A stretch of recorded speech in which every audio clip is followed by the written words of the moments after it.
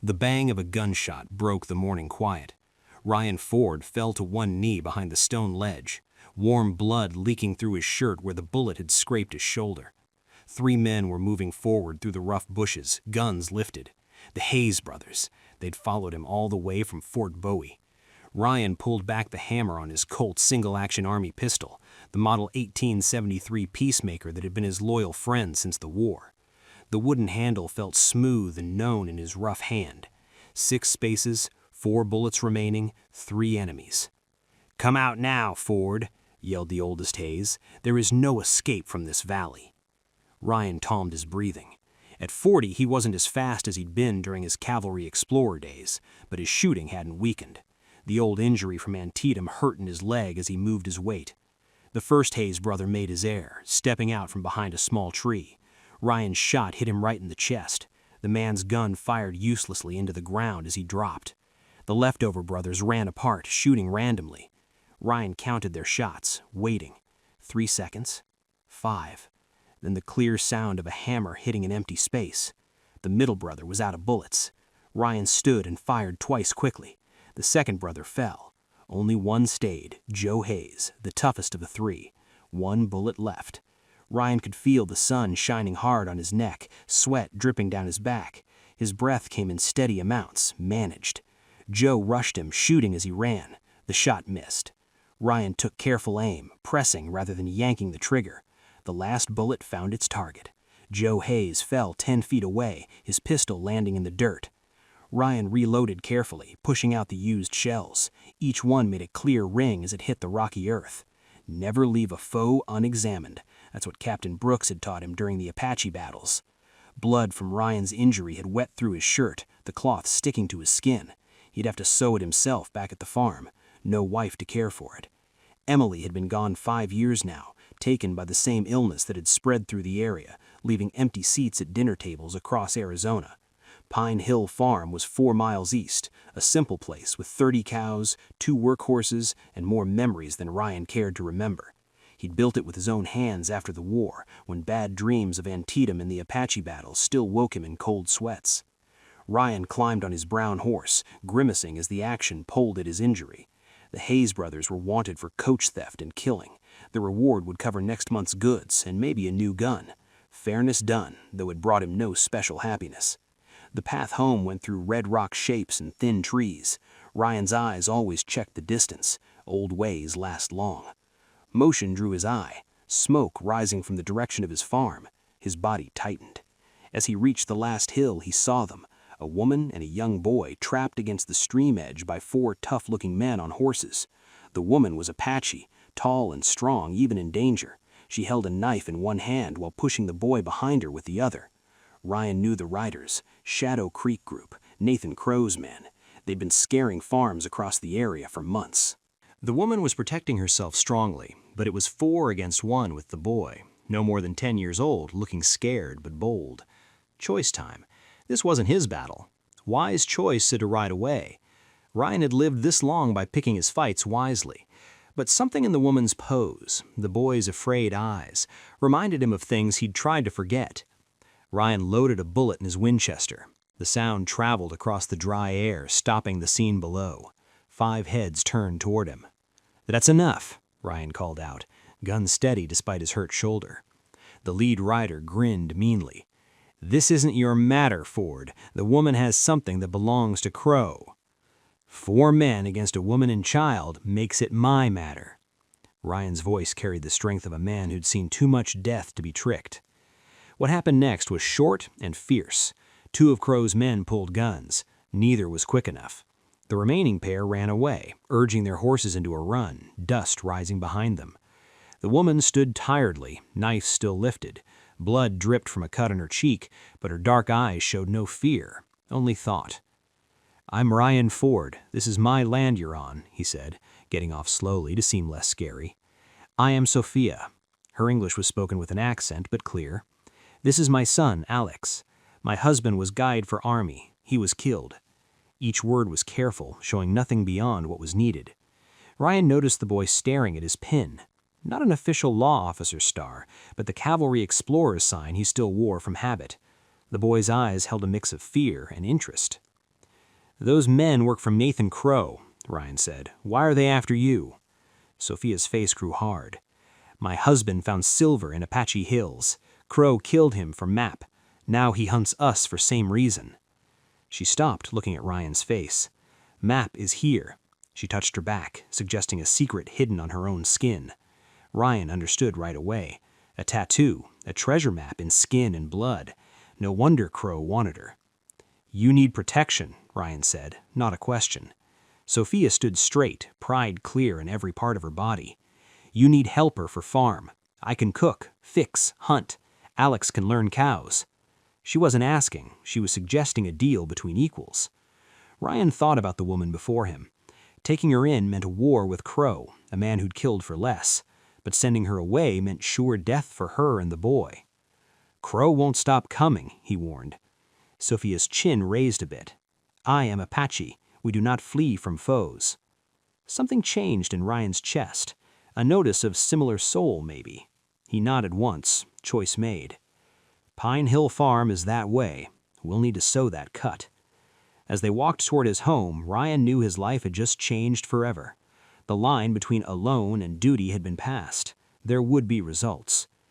The farmhouse stood old but firm against the rough Arizona land.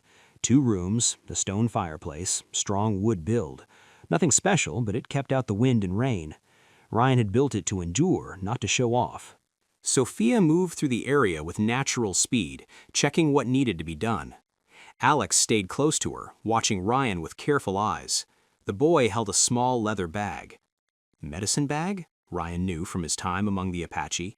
"Your shoulder needs medicine," Sophia said, seeing the blood-wet shirt.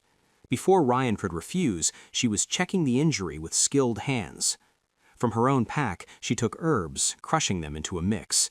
The blend stung when put on, but Ryan didn't move. He'd suffered worse. "Army man taught you Apache ways?" she asked, wrapping the shoulder with pieces of clean cloth. "Spent 3 years following with White Mountain explorers," Ryan answered. "Learned enough to stay alive." Sophia nodded. Husband was White Mountain. Good follower. The talk of her husband brought quiet.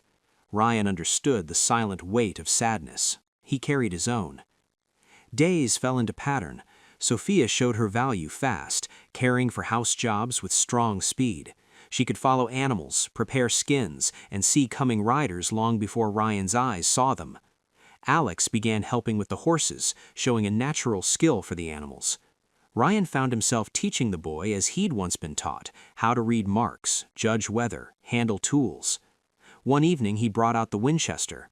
"A man should know how to guard what's his," Ryan said, showing Alex how to check the mechanism, load the bullets. The .44-40 caliber gun was almost as tall as the boy, but Alex handled it with surprising power. "Like this?" Alex asked, lifting the weapon to his shoulder. "Keep both eyes open, breathe out slow, then press," Ryan taught. The boy's first shot missed. His second hit the side of the metal can Ryan had set up 50 yards away. By the 10th shot, he was hitting more than missing. Pride showed in the boy's eyes, not pridefulness, but the quiet sureness of new-gained ability. From the porch, Sophia watched. Something unsaid passed between Ryan and Sophia. Noticed that the boy was learning what he needed to live in this tough land. That night, Sophia told more of her story. Her husband had found a rich silver line while guiding army workers. He'd drawn the spot, then marked the map on Sophia's back, a secret between husband and wife. Crow had somehow learned of the find, killed her husband, and had been hunting Sophia ever since. "Why not go to the army, the protected area?" Ryan asked.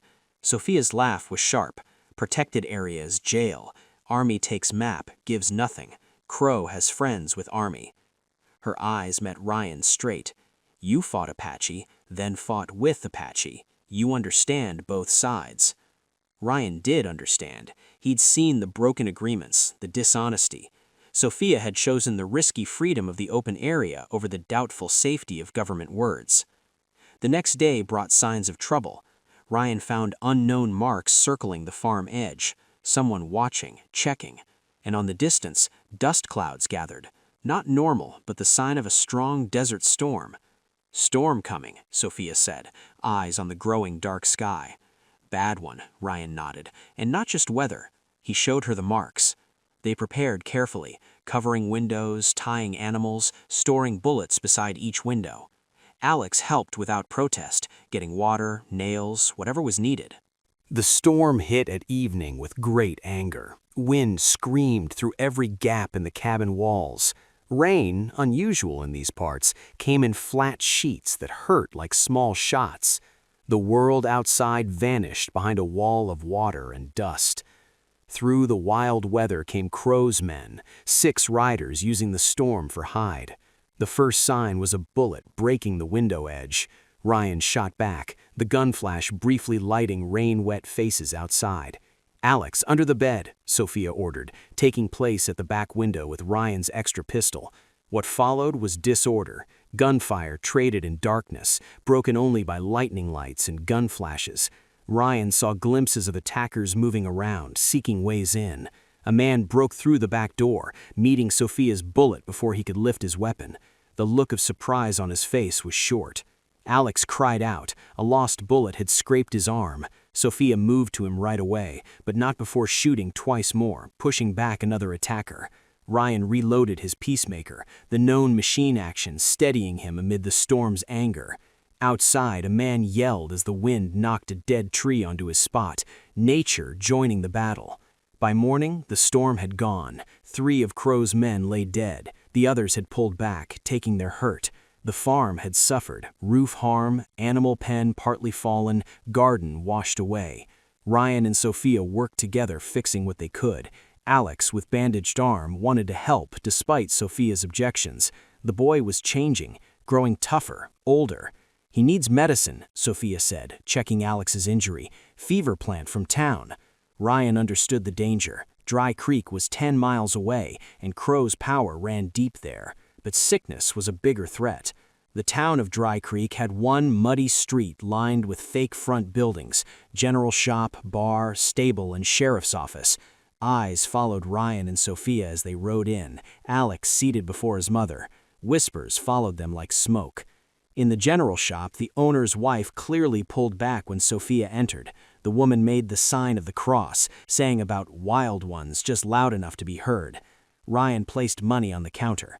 Fever plant, bandages, coffee, bullets. The shopkeeper paused, eyes moving toward the door.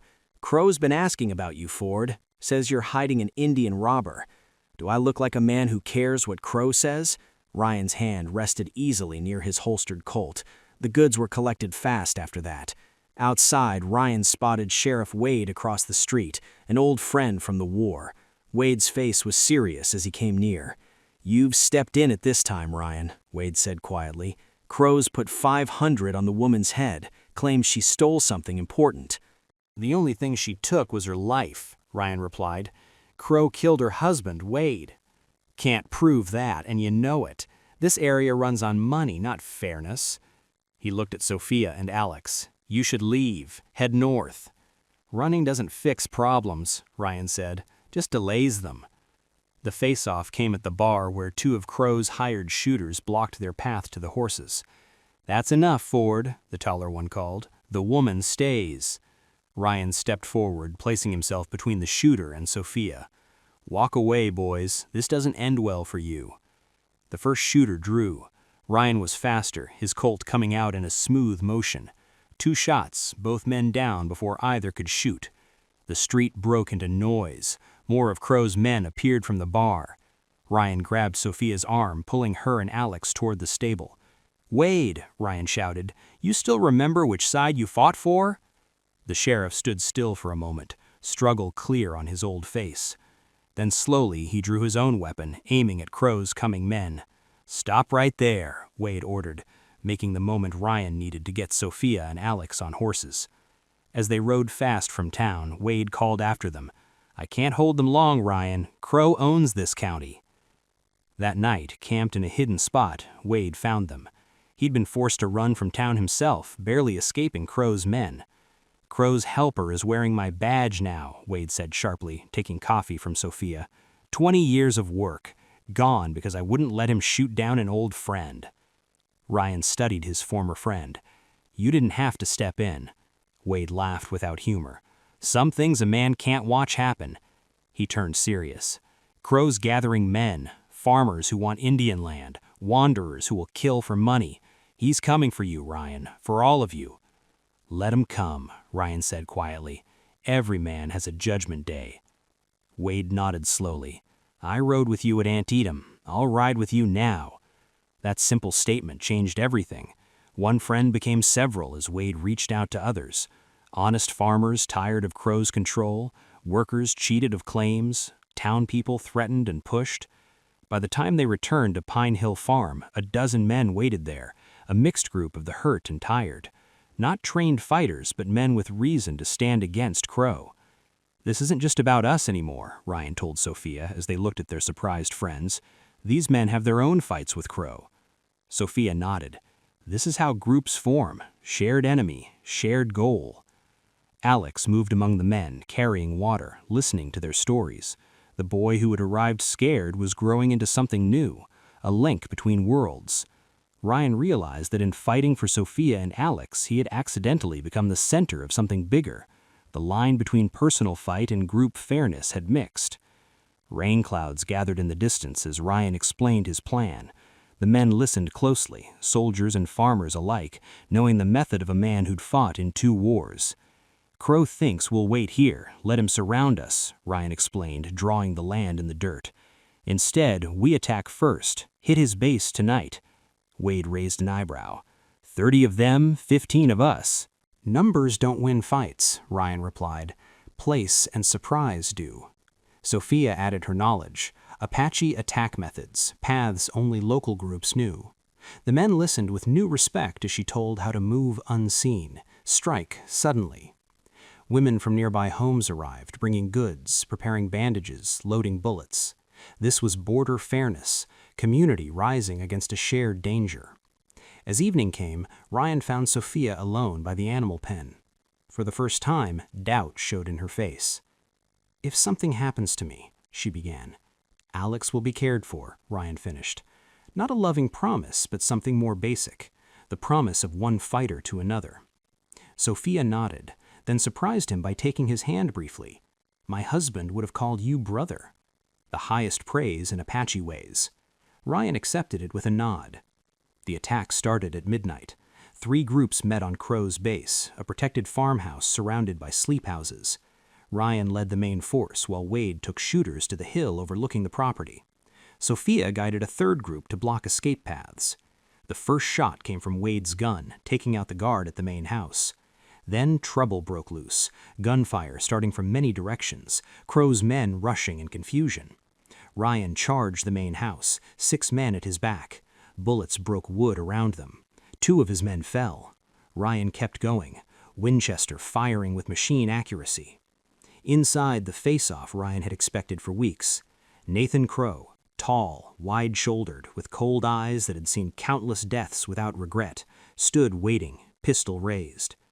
Shoulda stayed out of it, Ford, Crow growled. A man who attacks women and children is everyone's matter, Ryan replied. Crow shot first. The bullet scraped Ryan's head, hot pain burning across his scalp. Ryan's return shot hit Crow in the shoulder, turning him but not dropping him. They moved in a circle, 2 hunters in final face-off. Outside, the sounds of battle continued, but in this room, time slowed to the speed of heartbeats and steady breaths. Crow rushed surprisingly quick for his size. The hit drove Ryan backward, his gun falling away. They wrestled, crashing into furniture, each seeking edge. Crow's greater weight began to show. He held Ryan, hands closing around his throat. Darkness came to Ryan's sight as he fought for air, fingers searching for a weapon, any weapon. The pressure suddenly stopped. Crow's eyes grew wide in shock. Behind him stood Sophia, her knife buried to the handle in his back. Crow turned, swinging wildly, but the deadly injury had already been given. Ryan rolled clear, drawing his Colt. The final shot was almost kind. As morning came, survivors gathered in the base yard. Of Crow's 30 men, a dozen lay dead, the rest caught or ran. Ryan's force had lost 4 good men. Each would be buried with honor. Sheriff Wade picked up Crow's book from the main house, proof of every bad deal, every killing, every payment. Enough to clear Sophia's name and put a few dishonest officials in jail. The silver mine was officially listed in Sophia's name, her husband's find, her proper share. Some of the money would go to the families of those who'd fought. The rest would make sure Alex's future. Back at Pine Hill Farm, Ryan watched as Sophia and Alex cared for the garden they'd replanted after the storm, new growth coming through ground once thought empty. "Will you stay?" Ryan asked simply. Sophia looked out over the land that had nearly taken their lives. "This place has known too much blood to forget, but also too much bravery to leave." It wasn't a statement of love. Such things were too weak for people who'd seen what they had seen.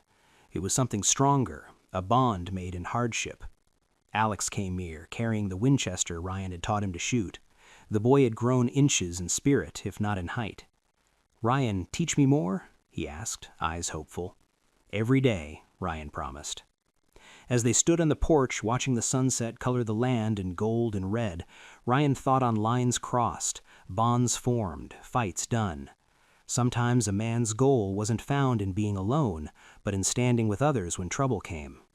Sophia touched his arm lightly. "In Apache lessons, home is not place, home is people who fight beside you." Ryan nodded. In the distance, riders came near. Neighbors, friends, allies, no longer unknown, but community. The line between alone and fitting in had been passed, and Ryan Ford found he had no wish to go back. If this story resonated with you, please like this video and subscribe to the channel for more fascinating Wild West tales. Also, let us know in the comments where you're listening to this story and what time it is.